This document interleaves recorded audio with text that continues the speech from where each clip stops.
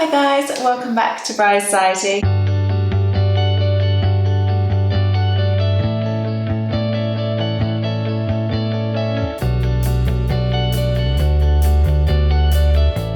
I'm Rebecca and this is Laura, and today we're talking about incorporating loved ones who have maybe passed on into your wedding day, because we appreciate, weddings are an exciting time, they're a huge life event and a day that's hopefully filled with love, but of course we're not ignorant of the fact that those kind of things can make us think about those people who we've maybe lost and can't be there with us on that day. And that might be grandparents or so on, but also maybe really close relatives as well. Maybe you always thought about the fact that your father might be walking you down the aisle and that kind of thing. So I appreciate it can be a challenging time as well as a really joyous time.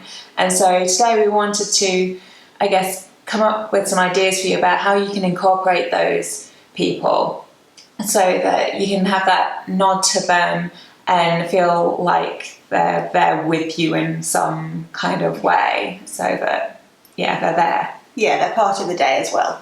So some ideas can be kind of more obvious than others.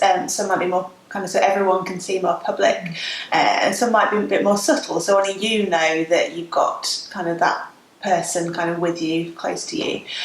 So the first ideas are the more kind of obvious ones. So you could just have things like photographs of them on display at your reception venue or even at the ceremony venue, I guess. You can have like a table and maybe just a little verse or something just to explain that there are some people that can't be there to celebrate with you on the day. And I've been to one where I've seen as well that they've done it so they've got like a wedding photograph of each set of grandparents who are no longer around, kind of thing.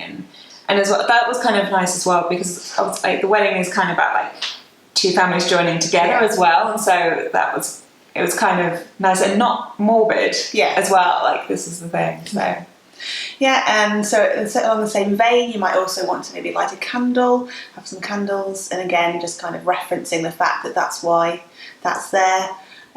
Or as part of your speech or the toast, just to reference that person, just so everyone maybe kind of is thinking about them, and you know that they're also, everyone's aware of them and part of the day as well. So you sort of have that moment with them. And then I say there might be ones that only you realise that are happening, kind of thing, that wouldn't mean anything to anyone else necessarily, but mean a lot to you. And that can start with things like clothing. So we're maybe thinking about, you might be wearing an item of jewelry, so like cufflinks or a necklace or watch or brooch or whatever that is from that person. So you've kind of got that just with you throughout.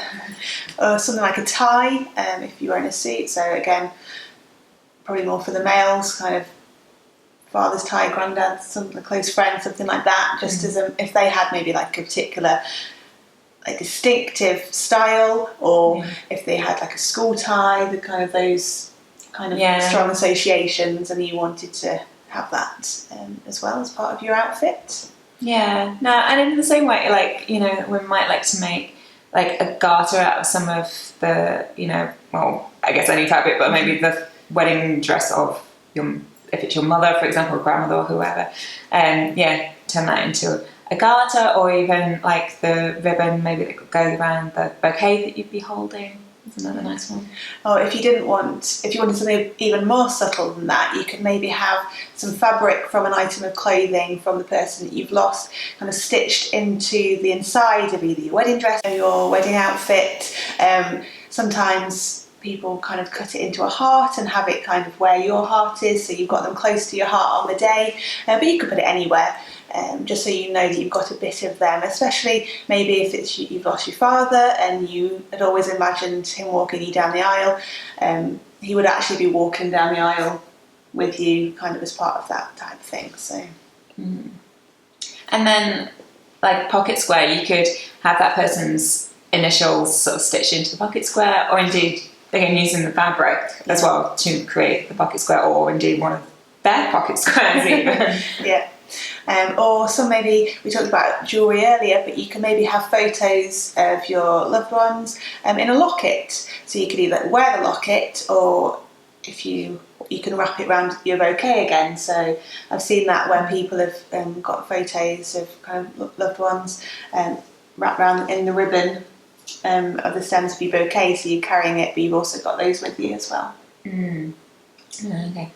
And then, like, you can work it into the florals.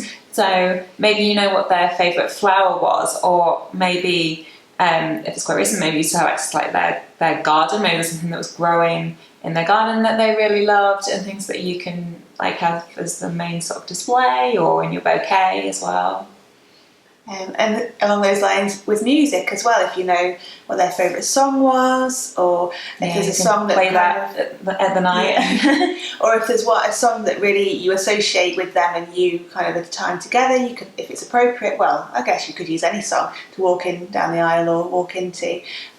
Maybe you could use that, or just play it as part of the day, because music and kind of scents with the flowers as well, this particular smell you associate with them. Like it could be that perfume or something. Kind of it all adds to it, doesn't it? Kind of really smell especially kind of has a really strong memory. Sensory reminder. And then even just in terms of locations, so it might be possible, I guess, if it's a pair, maybe to like get married at the same church or reception venue, or in the same area that they got married, or something like that.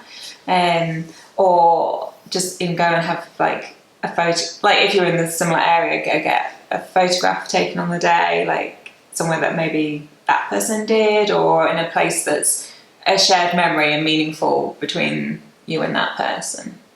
Or if kind of you're not getting married in a similar area, but you know where they went on honeymoon and you were thinking of a similar place to go, you can maybe visit somewhere that they visited on your honeymoon, and so, or one of their favourite places, if you know, just as a kind of a nod. So you're still in that wedding bubble, and you're kind of following in their footsteps as well, just kind of giving them a nod. So just keeping them close, and and it's not that any of these things need to be morbid, because that's maybe the line you're probably trying to find in between, like wanting to acknowledge them and feel that kind of presence, but not wanting to kind of turn it into another funeral, I guess, and that kind of thing. So because it's a celebration, and yes, they're not with you, which isn't ideal, but you also want to celebrate their lives as part of your celebration at the next stage of your life. So so we hope you find some of those suggestions helpful for kind of treading that line.